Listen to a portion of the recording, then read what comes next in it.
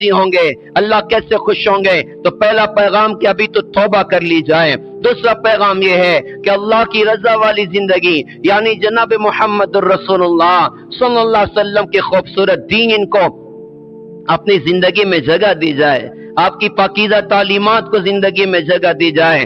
اللہ کی بندوں سے کوئی رشتہ داری نہیں ہے، اللہ کے یہاں پر جناب محمد الرسول اللہ صلی اللہ علیہ وسلم کی زندگی دیکھی جاتی ہے۔ کہنے والے نے کہا تھا کہ محمد سے وفا تو نے تو ہم تیرے ہیں، یہ جہاں چیز ہے کیا لوح و قلم تیرے ہیں، ہم اللہ کو اپنا بنانا چاہتے ہیں، اس کا راستہ ہے کالی کملی والے، سنہری جالی والے، سبز گنبد کے مکی، وجہ تخلیق کائنات، محبوب رب العالمین، مزمل و مدثر، طہ و یاسین، احمد مجتبی محمد مصطفیٰ محمد الرسول اللہ صلی اللہ علیہ وسلم کہ ہم اپنی زندگی میں اپنے نبی کے دین کو جگہ دیں، آپ کی پاکیزہ تعلیمات کو جگہ دیں، آپ کی پاکیزہ شریعت کو جگہ دیں۔ اللہ دنیا میں بھی ہمیں نوازے گا، اللہ آخرت میں بھی ہمیں نوازے گا، اللہ دنیا میں بھی کامیاب کر کے دکھائے گا، اللہ آخرت میں بھی کامیاب کر کے دکھائے گا۔ پیارے بھائیوں، ہم حضرت محمد صلی اللہ علیہ وسلم کے دین پر آئیں، آپ کی ایک ایک ادا کو اپنی زندگی میں جگہ دیں۔ ارے ان کی اداؤں کی اللہ کی بارگاہ میں بڑی قیمت ہے، ان کے افعال اور اعمال کی اللہ کی بارگاہ میں بڑی قیمت ہے۔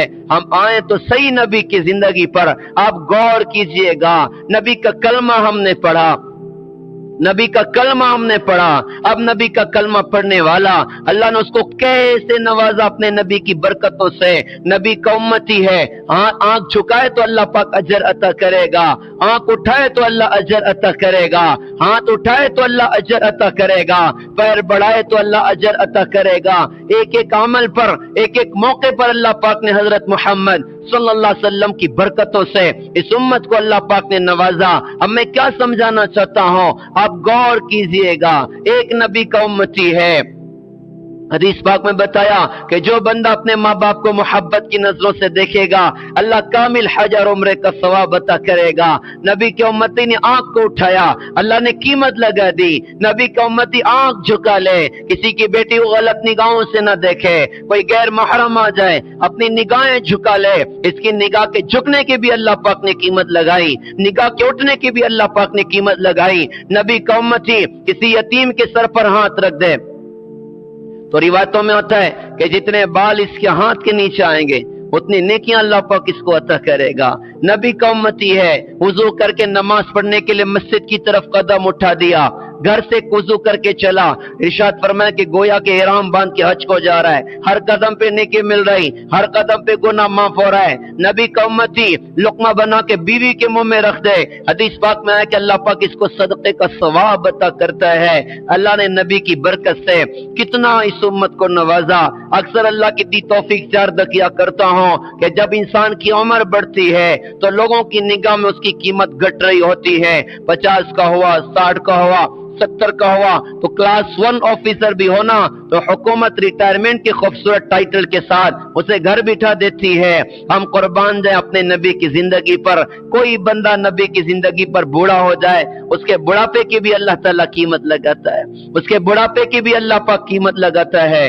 آپ روایتوں میں پڑھیے گا، روایتوں میں آتا ہے کہ کوئی بندہ حالت اسلام میں 40 سال کا ہو جائے، اللہ اس کو 3 بڑی بڑی بیماریوں سے بچا لیتے ہیں، کوڑ سے، برس سے، جنون سے۔ 50 سال کا ہو جائے اس کا حساب ہلکا کر دیتے ہیں، 60 سال کا ہو جائے اللہ اس کو اپنی معرفت عطا فرما دیتے ہیں۔ بندہ 70 سال کا ہو جائے سارے آسمان والے اس سے محبت کرنے لگ جاتے ہیں۔ کوئی بندہ 80 سال کا ہو جائے نبی کی زندگی پر، روایتوں میں آتا ہے اللہ فرشتوں سے فرماتے ہیں اس کا نام اعمال اٹھاؤ اور جتنے گناہ اس کی کتاب میں ہوں سارے گناہوں کو صاف کر دو۔ 80 سال کا بوڑھا نبی کا عاشق وہ شان والا ہوتا ہے اللہ کی دھرتی پر، اس کے نام اعمال میں ایک بھی گناہ نہیں ہوتا۔ پھر یہ بندہ ہوتے ہوتے 90 کو پہنچ جائے تو روایتوں میں ہوتا ہے کہ 90 سال کا بوڑھا قیامت کے میدان میں اللہ کی بارگاہ میں کھڑا ہوگا۔ اللہ فرمائیں گے آج تو سفارش کر، تیری سفارش پر تیرے پورے خاندان کی بخشش کا سامان کروں گا۔ اس کے بڑھاپے کی بھی اللہ نے قیمت لگائی۔ کوئی نبی کی زندگی پر بوڑھا ہو جائے، اللہ اس کے بڑھاپے بھی ایسا اللہ پاک کی نعمت اس کو عطا فرماتے ہیں۔ پیارے بھائیوں، ہم حضرت محمد صلی اللہ علیہ وسلم کے دین پر اپنی زندگی کو لے کر آئیں، آپ کی پاکیزہ تعلیمات پر اپنی زندگی کو لے کر آئیں۔ اللہ دنیا میں بھی ہمیں نوازے گا، اللہ آخرت میں بھی ہمیں نوازے گا۔ آپ نے ہم کو کیا سکھایا؟ ہم اپنے نبی کی تعلیمات کو زندگی میں جگہ دیں۔ آپ نے ہمیں سکھایا کہ ہم عمل کی راہوں سے اپنے اللہ سے جڑنے والے بنیں، عمل کی راہوں سے اپنے اللہ سے جڑنے والے بنیں۔ بہت سارے اعمال تو ہم پر فرض کر دیے گئے، بہت سارے اعمال نوافل کے درجے میں رکھے گئے۔ ہم فرائض کا اہتمام کرنے والے بنیں، ہم سنتوں کا اہتمام کرنے والے بنیں، ہم نفل نمازوں کا اہتمام کرنے والے بنیں، نفلی اعمال اور عبادات سے اپنی زندگی کو مزین کرنے والے بنیں۔ ایک بڑا فرض جو اللہ پاک نے ہم پر لگایا وہ نماز ہے۔ یہ سارا مجمع عزم ارادہ کرے انشاءاللہ، اتنی محنت کریں گے، اتنی محنت کریں گے، ہمارے پورے سر سید نگر میں انشاءاللہ کوئی مسلمان بے نمازی نہ ہوگا، کوئی مسلمان خاتون انشاءاللہ بے نمازی نہ ہوگی۔ نمازوں کو 100% کے اعتبار سے زندہ کیا جائے، اللہ کے احکامات کو بطور فخر اپنی زندگی میں جگہ دی جائے، اپنی سعادت سمجھ کر اپنی زندگی میں جگہ دی جائے، نیک عمل سے اپنی زندگی کو مزین کرنا۔ جب کوئی معاملہ پیش آ جائے ہم اللہ کی طرف نماز کے ذریعے سے رجوع کرنے والے بنے، اللہ کی طرف عمل کے ذریعے سے رجوع کرنے والے بنے، ہم عمل کی راہوں سے اپنے اللہ سے جڑیں۔ ہماری زندگی میں نماز کے لیے جگہ ہونی چاہیے، ہماری زندگی میں روزے کے لیے جگہ ہونی چاہیے، ہمارے 24 گھنٹے میں اللہ کی کتاب کے لیے جگہ ہونی چاہیے، اللہ کی یاد کے لیے جگہ ہونی چاہیے، نبی پر درود پڑھنے کے لیے جگہ ہونی چاہیے، اللہ سے مانگنے کے لیے جگہ ہونی چاہیے۔ ہم اپنی زندگی کو عبادات سے مزین کریں، کثرت سے عبادت کرنے والے بنیں۔ اللہ کے رسول نے کتنی پیاری بات ایک موقع پر ارشاد فرمائی تھی، فرمایا بڑا قابل رشک ہے وہ مسلمان، اللہ کے رسول جس کے بارے میں فرمائیں کہ وہ بڑا قابل رشک ہے۔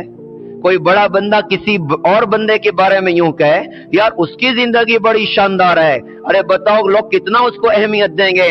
نبیوں کے سردار فرماتے ہیں بڑا قابل رشک ہے وہ مسلمان جو ہلکا پھلکا ہو، اہل و عیال کا بوجھ زیادہ نہ ہو، روزی صرف و گزارے کے قابل ہو، اللہ کی عبادت اچھی طرح کرتا ہو، گمنامی میں پڑا ہو اور اسی پر صبر کر کے کم روزی پر صبر کر کے دنیا سے چلے جائے، نہ میراث زیادہ ہو نہ رونے والے زیادہ ہوں اور ایسے آسانی کے ساتھ دنیا سے رخصت ہو جائے۔ تو عبادت کی طرف متوجہ کیا کہ اللہ کی عبادت اچھی طرح کرتا ہو۔ ہم اپنے اسلاف کی زندگیوں پر غور کریں، وہ کتنا اللہ کی عبادت کرنے والے تھے، وہ کتنے اپنے اوقات کو اللہ کی عبادت میں صرف کرنے والے تھے، رات کی تنہائیاں اللہ کے سامنے کھڑے ہونے میں گزرا کرتی تھی۔ خود ہمارے آقا حضور پاک صلی اللہ علیہ وسلم آپ کی زندگی دیکھیے گا کہ آپ نماز میں اتنا لمبا قیام کر رہے ہیں، آپ کے پیر مبارک پر ورم آ جا رہا ہے، سوجن چڑھ جا رہی ہے، اتنا لمبا سجدہ کیا۔ ایک دن امی جان عائشہ فرماتی ہیں اللہ کی رسول سجدے میں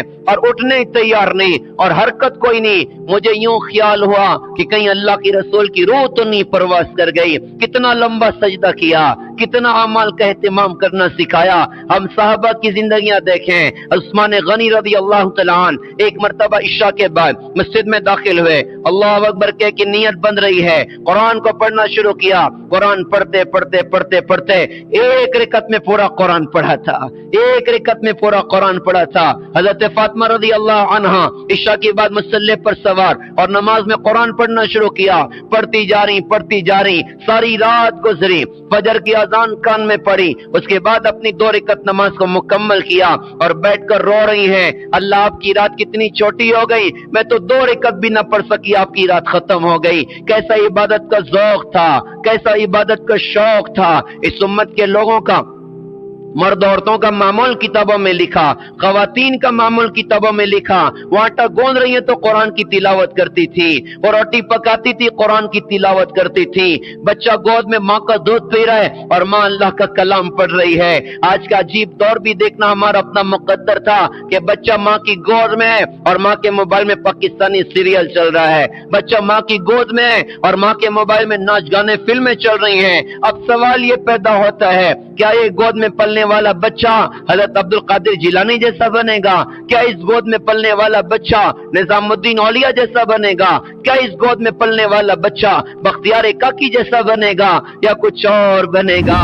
کیسا عبادت کا ذوق ان کے اندر تھا. ہم عبادت کرنے والے بنے, اچھی عبادت کرنے والے بنے. ہم لوم چلا رہے ہیں, اللہ کرے ہمارے مزدوروں کو یہ شوق ہو جائے کہ وہ لوم چلائیں تو ہاں کان میں ہیڈ فون ڈال کر وہ قرآن سنا کریں, گانے نہ سنا کریں, وہ موسیقی نہ سنا کریں. حدیث پاک میں آتا ہے الغنا ينبت النفاق في القلب كما ينبت الماء الزرع, کہ گانا بجانا یہ دل میں نفاق کو ایسے وجود دیتا ہے جیسے پانی کھیتی کو زمین سے باہر نکلتا ہے. یہ گانا یہ دل میں نفاق کو پیدا کرتا ہے. ہم قرآن سننے والے بنے, ہم کاروبار کر رہے ہوں, ہم لوم چلا رہے ہوں, ہم کپڑے کی گھڑی لگا رہے ہوں, ہم اللہ کا کلام بھی سن رہے ہوں. عبادت کا ذوق اپنے اندر ہونا چاہیے. رات کا کچھ وقت فارغ کر لیا, وی آئی پی ٹائم اپنے اللہ کو دینا ہے.